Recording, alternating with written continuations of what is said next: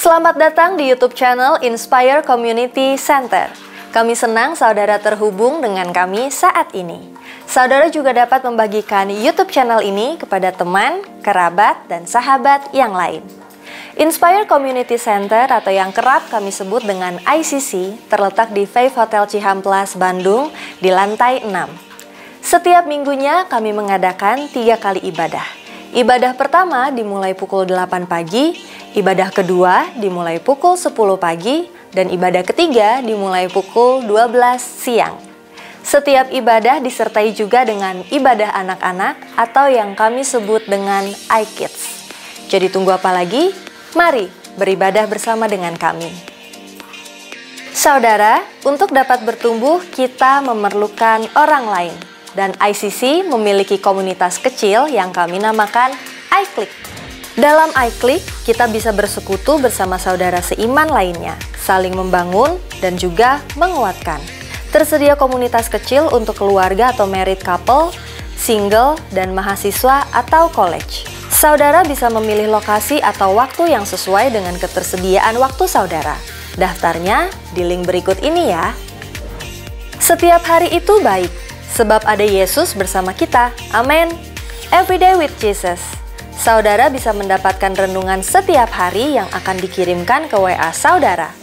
Hubungi hotline gereja ICC di 081 220 222 111. Devotion, sharing firman Tuhan secara singkat, tayang setiap hari Selasa dan Jumat melalui Instagram ICC Bandung dan YouTube channel Inspire Community Center. Weekly Bible Study. Yuk belajar Alkitab lebih dalam bersama gembala kami, Pastor Chandra Sunjaya.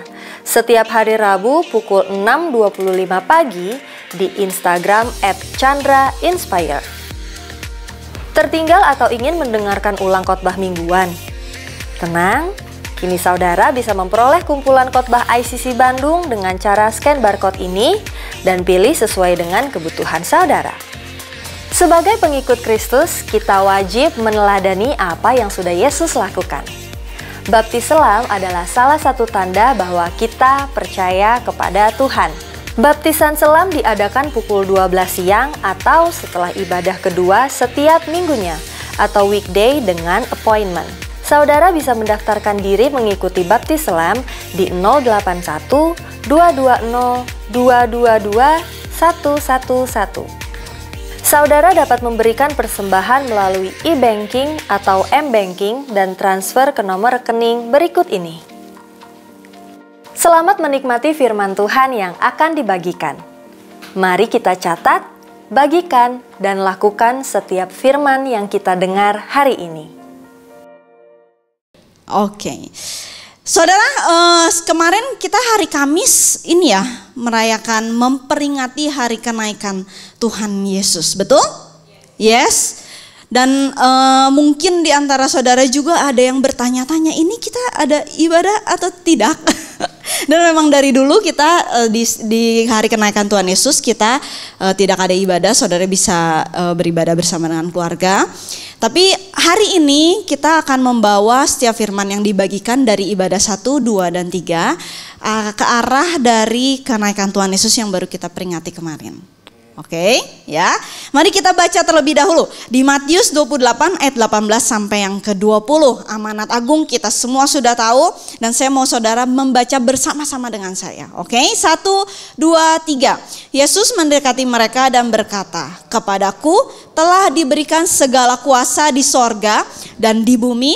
Karena itu, pergilah, jadikanlah semua bangsa muridku dan baptislah mereka dalam nama Bapa dan Anak dan Roh Kudus, dan ajarlah mereka melakukan segala sesuatu yang telah kuperintahkan kepadamu, dan ketahuilah aku menyertai kamu senantiasa sampai kepada akhir zaman." Amin.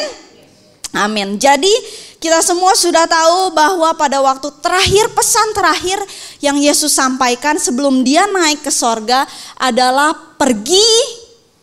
Katakan bersama dengan saya, pergi. Jadi sekarang boleh pergi. Oke. Untuk menjadikan semua bangsa muridku. Oke? Ya.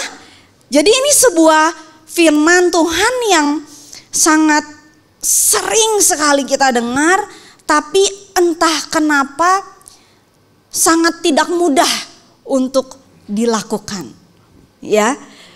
Dan bahkan saudara, jadi Yesus itu tidak memberikan perintah untuk kita melakukan hal yang untuk menjadikan sebuah bangsa muridku itu bukan sesuatu yang diintimidasi untuk supaya kita lakukan. Tapi dia lakukan, walaupun kamu pergi menjadikan semua bangsa muridku, dikatakan bahwa aku menyertai kamu dan aku memberikan kamu kuasa untuk melakukannya. Tidak hanya dikasih kuasa, tapi juga selalu disertai setiap kali itu. Dan sebelum kita mundur sedikit, sebelum Yesus naik ke sorga, saya perhatikan, saya baca firman Tuhan berkali-kali. Ada satu hal yang Yesus lakukan pada waktu dia bangkit sampai dia naik ke sorga. Beberapa kali dia lakukan dengan satu tujuan. Kenapa? Satu tujuan, yaitu adalah membuat orang yang tadinya memiliki keraguan terhadap keberadaan Yesus, terhadap bahwa Yesus itu adalah Tuhan dan Juru Selamat dan dia benar-benar bangkit. Tapi berkali-kali dia lakukan itu, dia menampakkan diri dengan satu tujuan untuk membuat mereka yang tadinya ragu menjadi benar-benar percaya. Kita buka, kita cek dulu ya. Kita cek dulu. Pada waktu Yesus menampakkan diri di pinggir danau, sebuah danau di Galilea sana. Pada waktu itu Simon Petrus naik ke perahu, saudara. Dan kemudian dia tidak dapat ikan dan dia juga sedang dalam keadaan terpuruk. Dia lagi sedih karena Yesus yang selama ini dia puja-puja, yang selama ini dia nanti-nantikan gitu ya, yang dia benar-benar dia anggap bahwa itu adalah gurunya loh yang luar biasa, tiba-tiba mati dan katanya bangkit. Tapi benar nggak gitu, dia lagi sedang dalam keadaan yang seperti itu. Tapi kemudian Yesus menampakkan diri. Yohanes 21 ayat yang ke-10. Kata Yesus kepada mereka, bawalah beberapa ikan yang baru kamu tangkap itu. Simon Petrus naik ke perahu lalu menghela jala itu ke darat penuh ikan-ikan besar, 153 ekor banyaknya, dan sungguh pun sebanyak itu jala itu tidak koyak. Kata Yesus kepadanya, marilah dan sarapanlah. Tidak ada di antara murid-murid itu yang berani bertanya kepadanya. Perhatikan ini penting. Siapakah engkau? Sebab mereka tahu bahwa ia adalah Tuhan. Ada yang mislek nggak di sini? Bagaimana caranya mereka tahu dengan hanya adanya banyaknya ikan di sana? Tapi kemudian pada waktu mereka kembali dan jumlahnya ada 153 di sana, tanpa sepengetahuan mereka tiba-tiba tahu aja kalau mereka adalah Tuhan. Kalau yang ngomong tadi itu adalah Yesus, adalah Tuhan. Dan saya terpecahkan ini pada waktu sekitar beberapa tahun yang lalu kami diberikan kesempatan untuk pergi ke Tanah Perjanjian. Yang mau ke Tanah Perjanjian boleh lambaikan tangan. Amin ya. Di sana ternyata di salah satu trip itu kita dibawa ke sebuah danau yang namanya Danau Galilea. Dan memang kalau seandainya kita belajar firman Tuhan, kita belajar Alkitab cuman hanya dengan baca Alkitab, itu mungkin banyak hal yang kita kemudian bertanya-tanya. Dan salah satu tour guide-nya itu dia bilang gini, dia mengungkapkan sebuah rahasia. Ternyata di angka 153 itu ada rahasianya, saudara, di sana. Ready? Ya. Ternyata kata angka 153 itu di dalam bahasa Ibraninya itu ambil dari kata Ani Elohim. 153 itu Ani Elohim yang artinya adalah I am God. Akulah Allah. Nah, itu yang membuat kemudian kenapa murid-muridnya itu langsung tahu. Begitu ada ikannya 153 itu, karena dalam bahasa ya, di dalam tradisi Yahudi, mereka kembali ke dalam tradisi Yahudi, angka 153 itu diambilnya dari kata Ani Elohim, akulah Allah. Makanya kenapa mereka sudah tidak lagi bertanya-tanya pada waktu mereka ketemu ikannya 153, mereka tahu di situ, akulah Allah. Clear? Ya. Oleh sebab itu, mereka yang tadinya penuh keraguan, mereka seketika itu juga menjadi percaya. Nah, kenapa Yesus itu sibuk sekali untuk membawa pengertian murid-muridnya yang tadinya tidak percaya, diusahakan untuk menjadi percaya. Kenapa? Kita buka ya. Yohanes 21 ayat yang ke-10. Kata Yesus kepada mereka. Bukan. Yohanes 14 ayat ke-12. 14 ayat 12. Aku berkata kepadamu, sesungguhnya barang siapa percaya. Kata kuncinya percaya kepadaku. Ia akan melakukan juga pekerjaan-pekerjaan yang aku lakukan. Bahkan pekerjaan-pekerjaan yang lebih besar daripada itu. Jadi satu kunci kalau seandainya kita mau melakukan pekerjaan-pekerjaan yang lebih besar. Pada waktu Yesus mengutus, pergilah dan jadikanlah semua bangsa muridku. Aku sudah memberikan kamu kuasa dan aku menyertai kamu. Tapi kunci utama seseorang mau melakukan pekerjaan-pekerjaan yang Yesus lakukan adalah jika dia percaya. Jadi kalau seandainya di antara saudara masih banyak pertanyaan, ya masih banyak pertanyaan-pertanyaan, terutama pertanyaan yang sangat mendasar, apakah benar Yesus Kristus adalah Tuhan? Yang paling core-nya kan itu, betul? Ya. Then you should find the answers. Kenapa? Karena kalau kita masih banyak pertanyaan dan kita belum percaya, belum benar-benar percaya 100%. 12 murid Yesus, mereka belum percaya. Makanya mereka tersedak, mereka terhenti, mereka tidak bisa lanjut ke step berikutnya, yaitu melakukan apa yang Yesus lakukan. Karena mereka masih ada keraguan di dalam dirinya dia.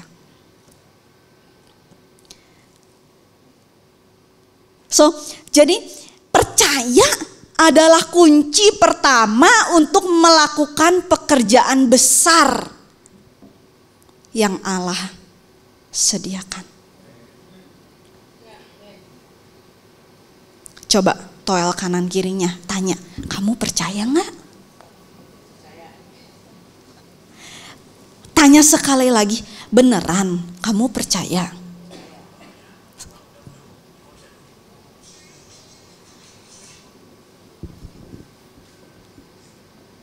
Penting sekali saudara, yang namanya kata percaya itu penting sekali.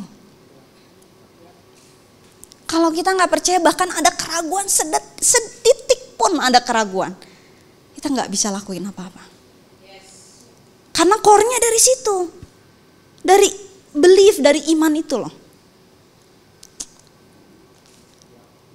Dan dikatakan di ayat berikutnya ya, ayat yang ke 12 lanjutkan ya, sebab aku pergi kepada Bapa.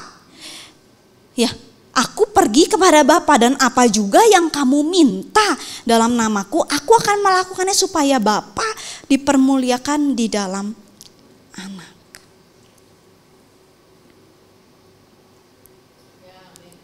So,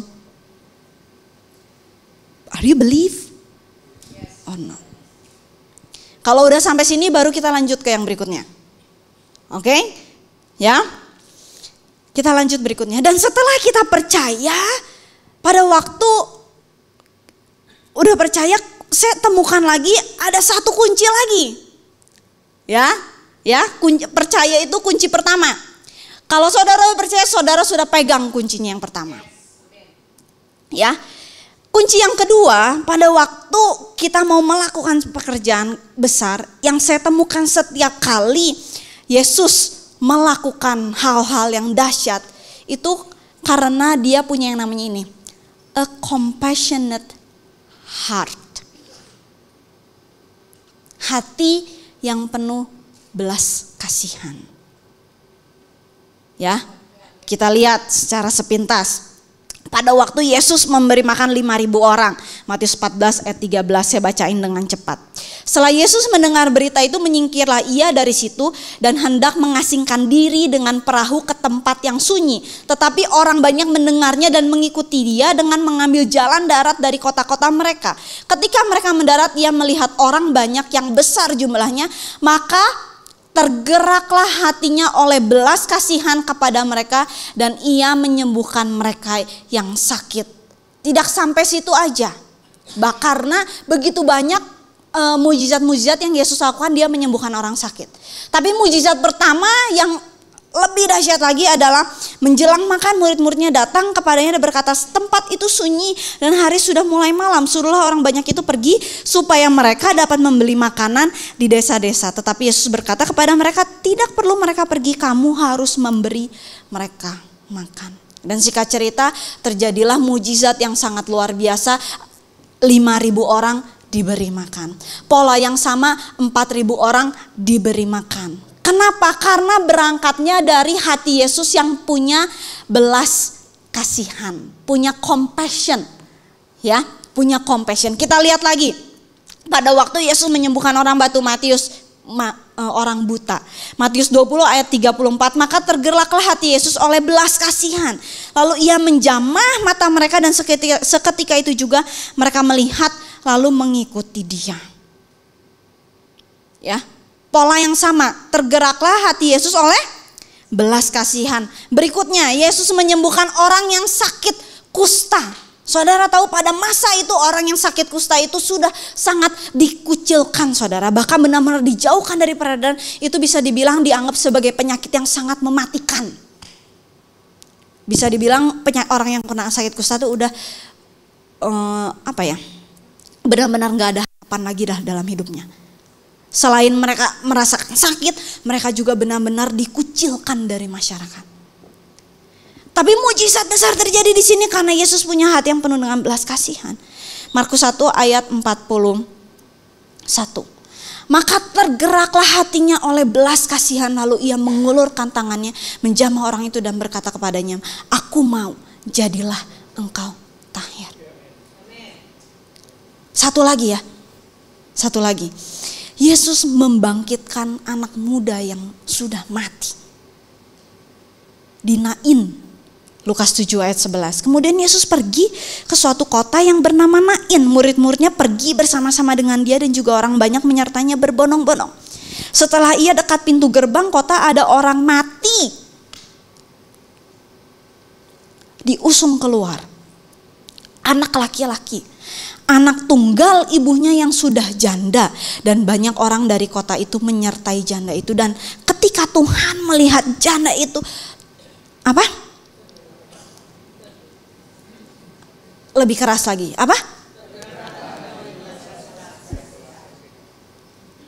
lalu ia berkata kepadanya, jangan menangis. Sambil menghampiri usungan itu, ia menyentuhnya, dan sedang para pengusung berhenti, ia berkata, hai anak muda, aku berkata kepadamu, bangkitlah.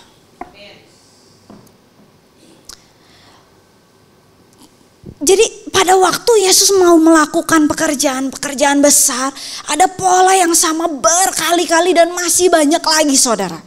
Kalau saya bacain di sini kita nggak selesai sampai siang, ya, nggak sampai malam lah, sampai siang gitu, ya. Nah, nggak selesai karena satu pola, karena Yesus hatinya tergerak oleh belas kasihan. Jadi setelah kita percaya, kita tidak bisa melakukan pekerjaan besar tanpa kita tergerak hatinya oleh belas kasihan Kristus.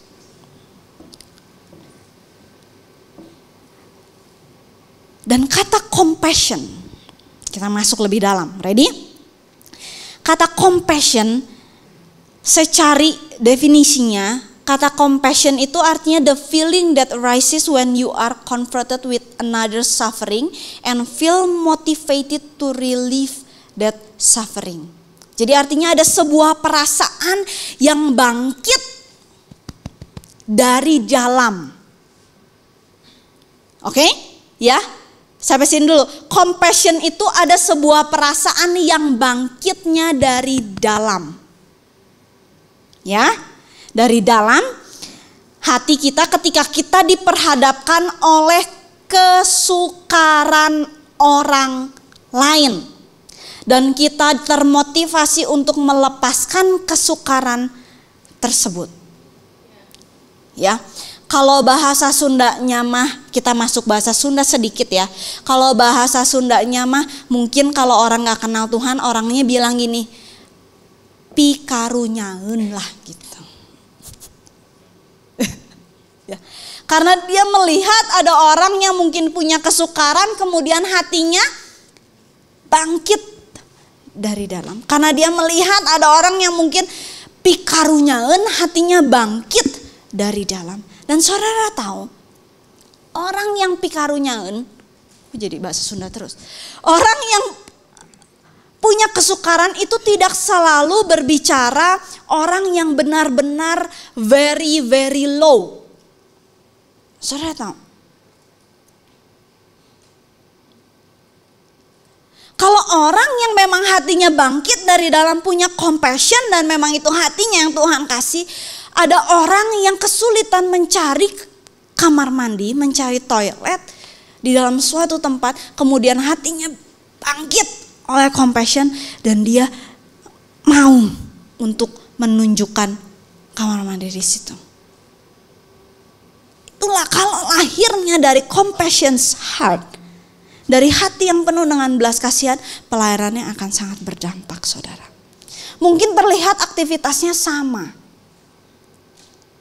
tapi orang yang menangkap isi hati itu, yang dilayani, mereka merasakan feel yang berbeda. Karena mereka melihat ada Kristus di dalam dirinya dia. Walaupun hal yang dilakukan sangat amat simple. Jadi paling singkatnya compassion itu artinya to suffer together. Ya, dia mau turun untuk menderita bersama, bahkan tidak menderita bersama tapi dia mengangkat orang itu ke dalam solusi. Karena dia punya compassion dalam hatinya dia. Dan inilah karakter yang Yesus punya. Mazmur 145 ayat 8, the Lord is gracious and compassionate, slow to anger and rich in love.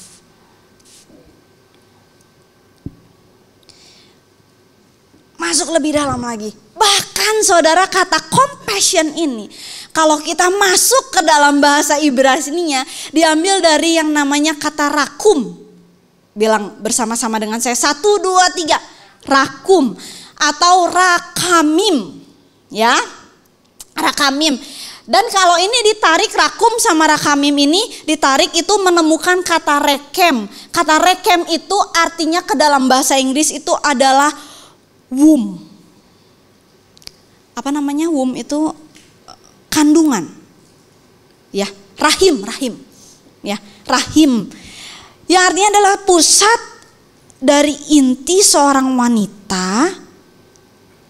Betul ya, rahim kan inti seorang wanita ya. Dan menyampaikan sebuah perasaan yang kuat dari rahim seorang ibu. Makanya kenapa setiap anak-anak yang benar-benar katanya kalau pada waktu seorang ibu mengandung, hamil, kemudian dia sering diajak ngobrol sama ibunya dari masih dalam keadaan mengandung, pada waktu lahir anak itu udah attach sekali sama ibunya. Bahkan kemarin saya melihat sebuah video gitu ya. Pada waktu seorang anak lahir masih bayi dia nangis, wah, digendong sama ini nangis, digendong sama ini nangis, digendong sama ini. Itu benar-benar pada waktu baru banget lahir. Tapi begitu disimpan diberikan ke ibunya, langsung diam. Nah, kata compassion ini, ya, ini dari, kalau ditarik lebih dalam itu dari womb, rahim, ya, inti, pusat, ya, dan memiliki sebuah perasaan yang kuat. Dan perasaan yang kuat ini tuh tidak hanya ada di dalam hati, saudara, tapi it's moving, ya, menggerakkan seseorang untuk melakukan sesuatu. It's compassion. Sama seperti pada waktu Raja Salomo, pada waktu masa pemerintahan Raja Salomo, saudara ingat ada seorang wanita, ada saya hampir mau bilang seekor bayi, coba. Ada seorang bayi yang kemudian dibilang bahwa bayi itu punya dari 2 orang wanita. Ya, 2 orang wanita. Dan pada waktu itu Tuhan kasih hikmat sama Salomo. Salomo katakan bahwa kalau seandainya kamu ini ya udah bayinya sama saya dibagi 2 aja. Setengah untuk kamu, setengah untuk kamu. Ingat cerita itu? Ya. Dan seorang ibu yang benar-benar adalah ibunya, ya, dia katakan jangan, kasih aja. Karena itu benar-benar ibunya, dan oleh sebab itu dia tahu, Salomo tahu bahwa ini adalah ibunya. Dan kalau perasaan itu tuh lahirnya dari compassion.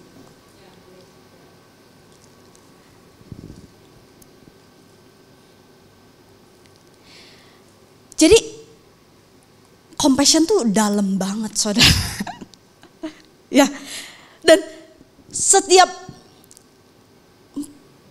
ministry, setiap pelayanan, kalau seandainya mungkin kita sudah melayani setiap minggu atau mungkin di antara saudara juga ada yang belum melayani, tapi kalau pelayanan itu benar-benar lahir dari yang namanya compassion, itu hasilnya berbeda jauh.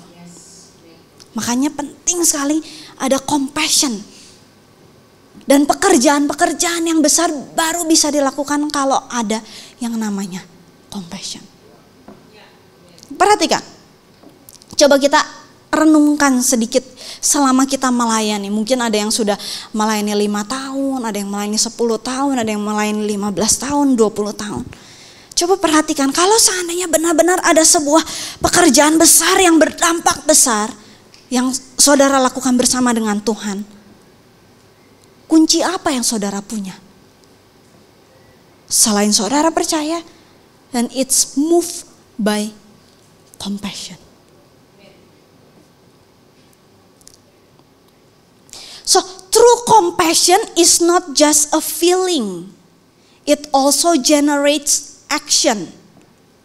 Ya, compassion yang sejati itu tidak hanya jadi perasaan, tapi itu juga melahirkan sebuah action yang jelas, yang action yang nyata gitu.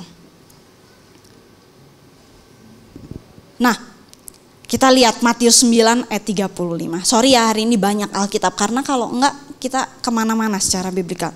Demikianlah Yesus berkeliling ke semua kota dan desa. Ia mengajar dalam rumah-rumah ibadat dan memberitakan Injil kerajaan sorga serta melenyapkan segala penyakit dan kelemahan.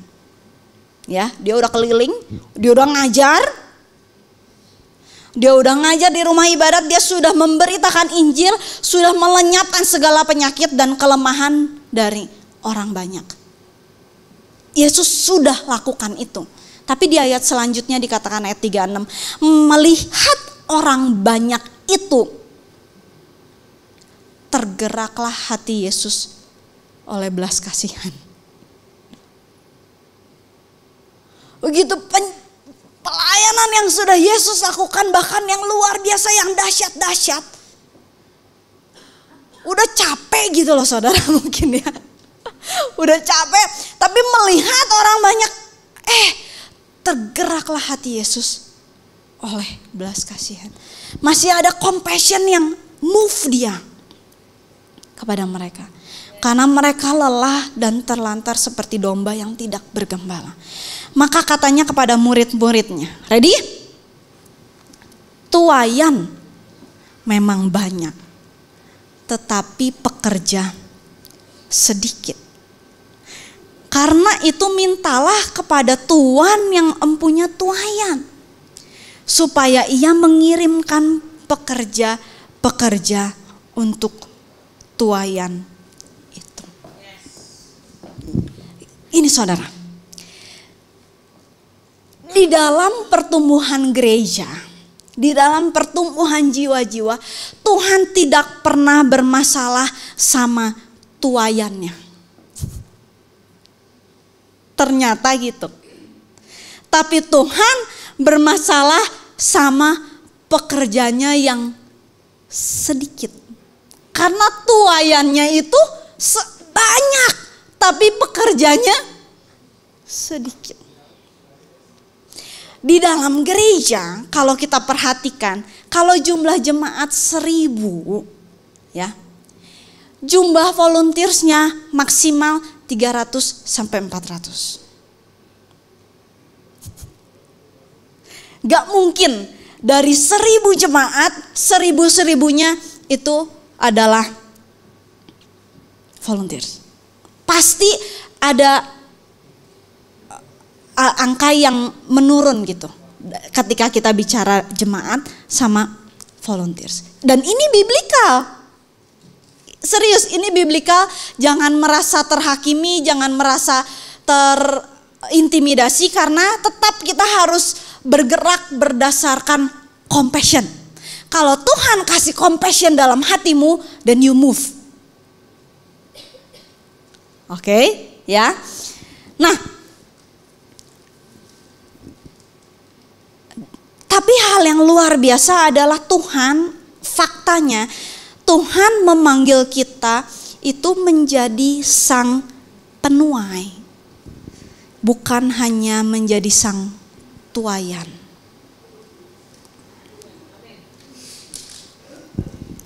Mulai agak berat ya.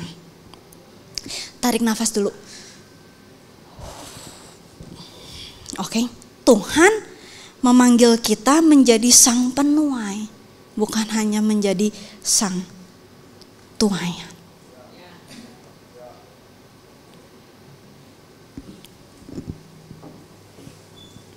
Ini kemarin saya mencari, saya punya ini.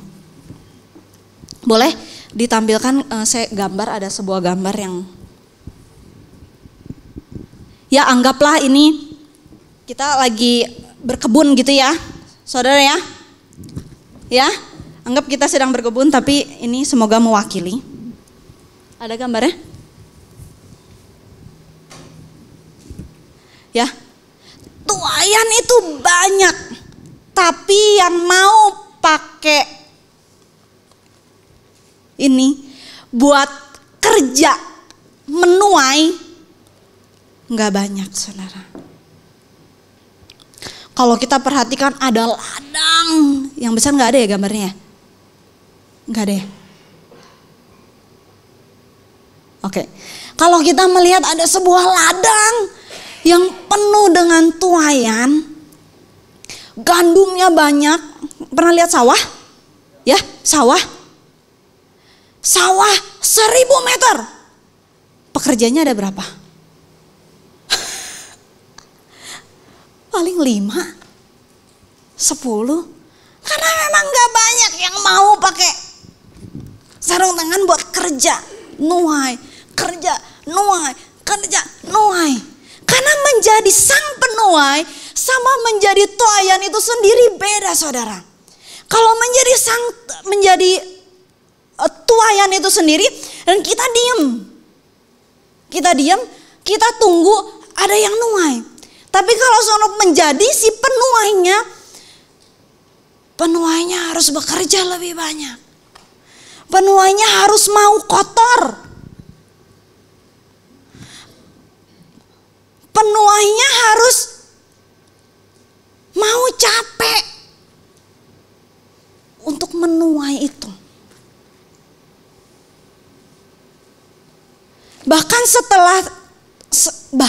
Wah ini luar biasa.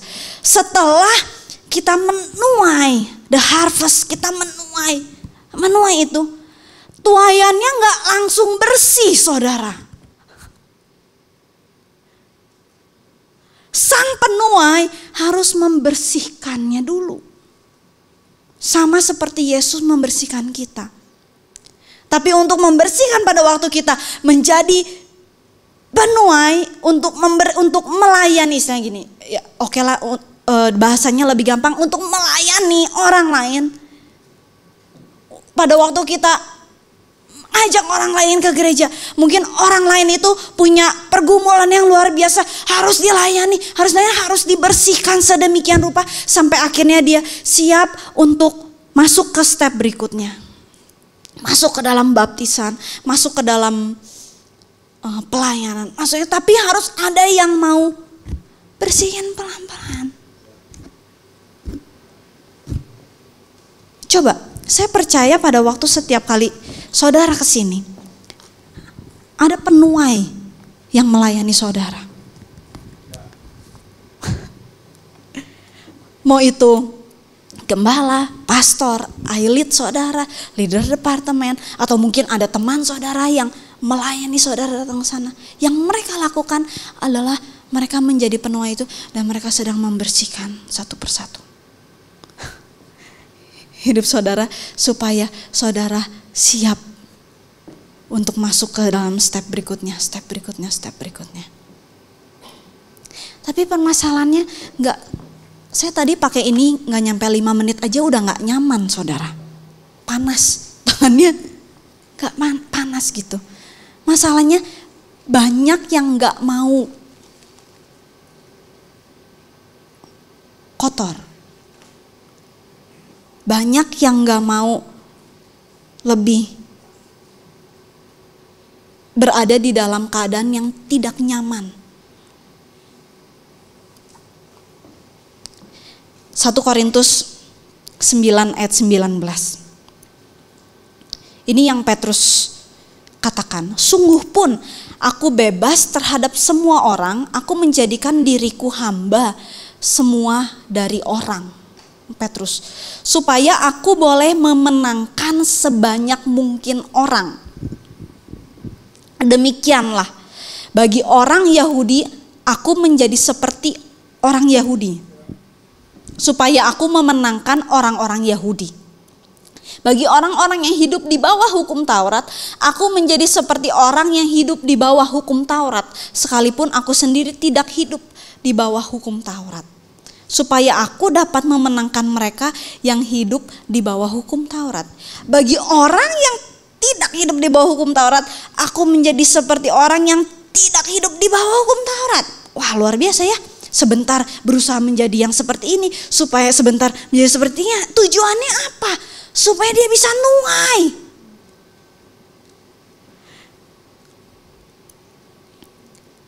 Nah ini, sekalipun aku tidak hidup di luar hukum Allah, karena aku hidup di bawah hukum Kristus. Supaya aku dapat memenangkan mereka yang tidak hidup di bawah hukum Taurat. Bagi orang-orang yang lemah, aku menjadi seperti orang yang lemah. Susah gak saudara? Saudara dalam keadaan baik-baik, tapi karena saudara mau memenangkan seseorang, saudara mau melayani, atau saudara sudah ada dalam sebuah kenyamanan, mungkin dalam pekerjaan saudara sudah baik dan lain sebagainya, saudara harus menjadi seperti orang yang lemah. Karena memang pada waktu kita menjadi sang penuai, kita itu akan terlihat menjadi seperti yang lemah.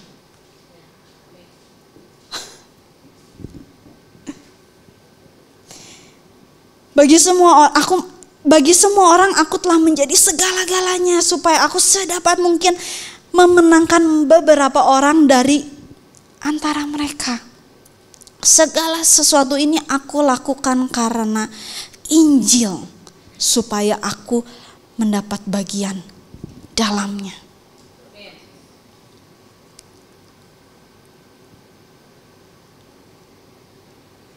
So,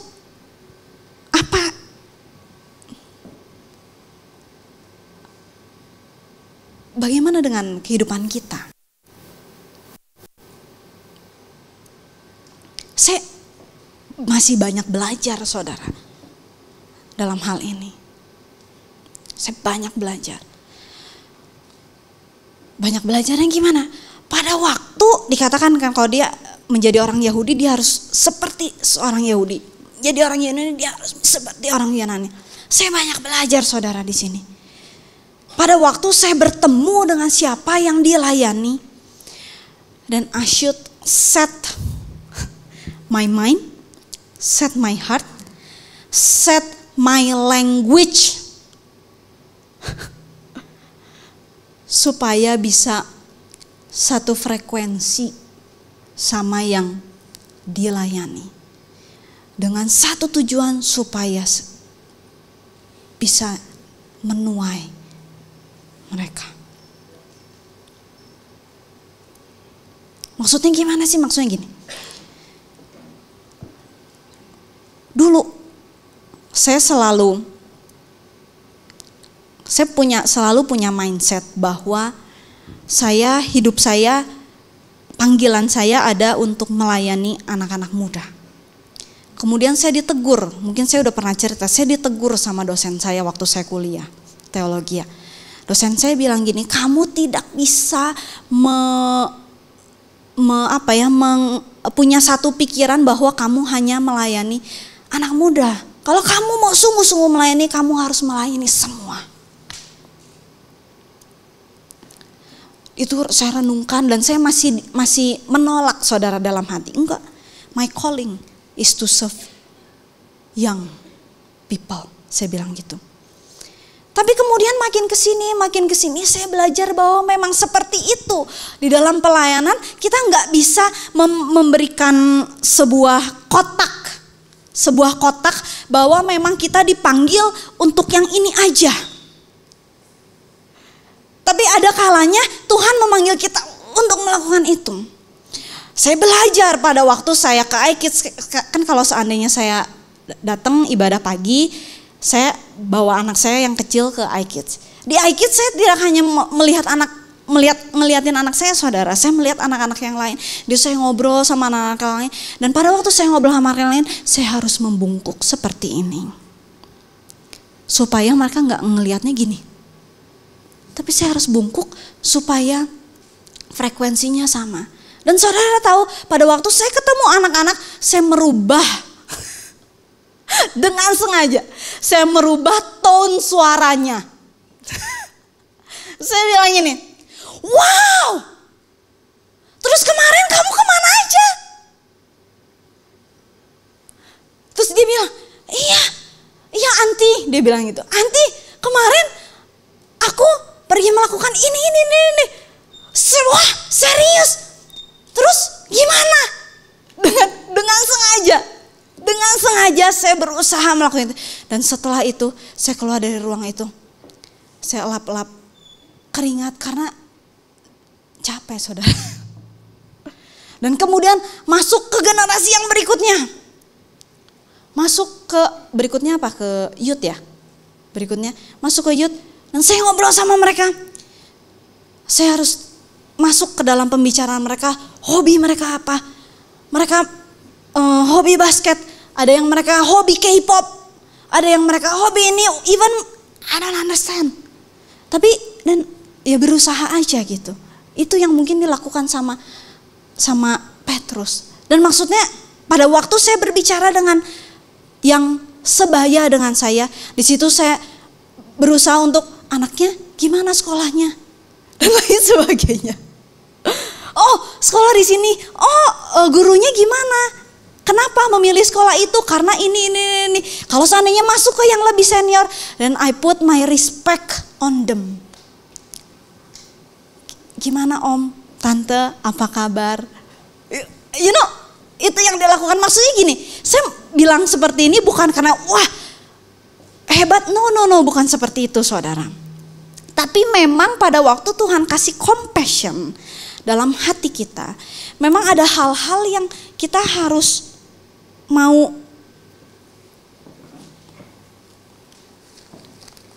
pakai ini. Kita mau bekerja keras supaya kita bisa menuai.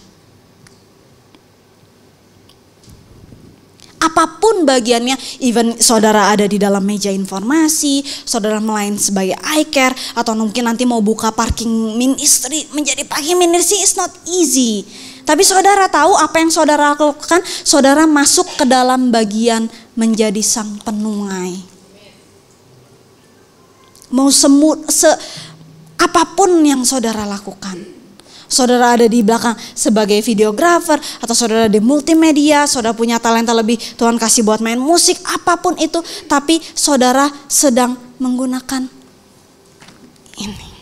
Karena yang menggunakan ini, dia yang memang harus bekerja lebih keras. Dia harus memberikan pengorbanan untuk bisa mau menuai. Gak nyaman, saudara.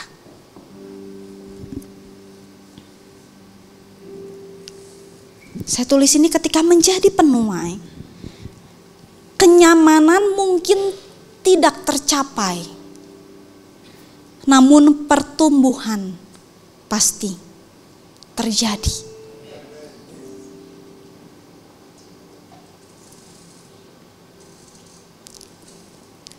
Jadi penuai gak ada nyaman-nyamannya sama sekali.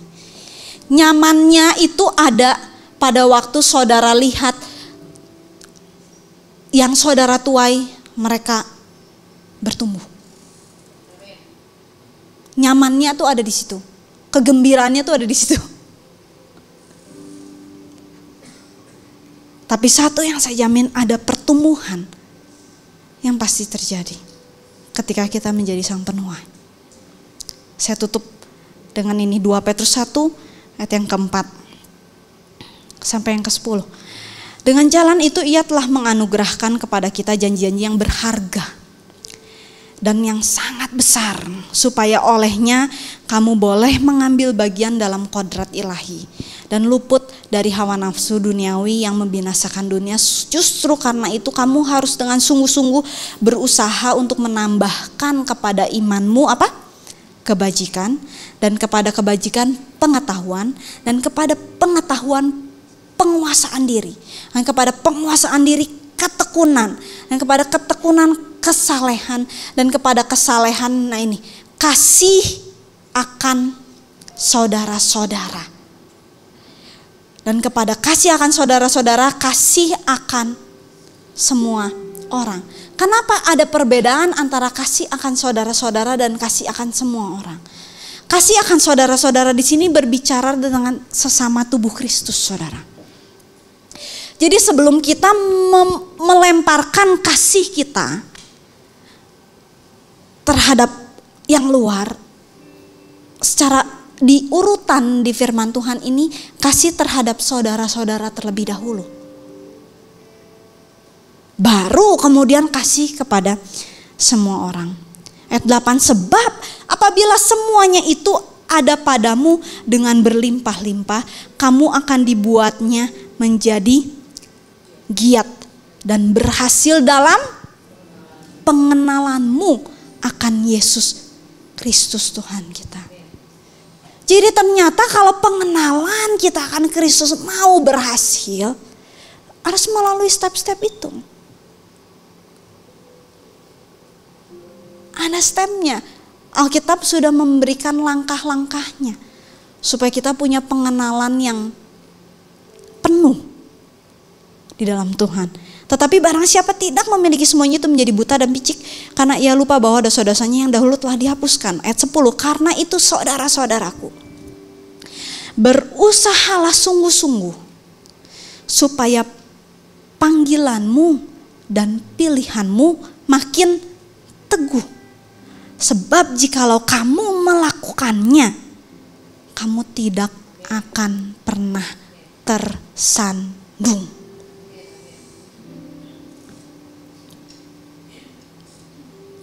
Dan itu adalah satu paket di dalam perjalanan kita di dalam Tuhan. Satu paket yang gak bisa putus gitu saudara. Dan saya berdoa, kalau saya mungkin gak semua orang dipanggil saat ini, tapi saya percaya satu hari pasti saudara dipanggil untuk melayani Tuhan. Tapi mungkin tidak semua orang saat ini dipanggil, but kalau hari ini Tuhan panggil saudara, lebih baik saudara taat. Dan mari kita bersama-sama memakai ini. Kita gak sendiri kok saudara. Kita bareng-bareng kok. Tenang aja, kita gak sendiri. Kita bareng-bareng kok. Bekerja, melayani Tuhan. Menuai bersama-sama. Karena kita adalah sang penuai. Mari kita bangkit berdiri. Mari kita datang kepada Tuhan. Jadi khotbahnya hari ini ingat ini aja ya saudara ya. Ini aja ya, ini ingat ya. Saudara boleh datang secara pribadi sama Tuhan. Tanya, Tuhan apakah benar Tuhan panggil saya untuk jadi penuai? Kalau memang saudara gak merasakan panggilan apapun dan it's okay. Tapi kalau memang Tuhan memanggil saudara, you better respond. Responi panggilan Tuhan dalam kehidupan saudara.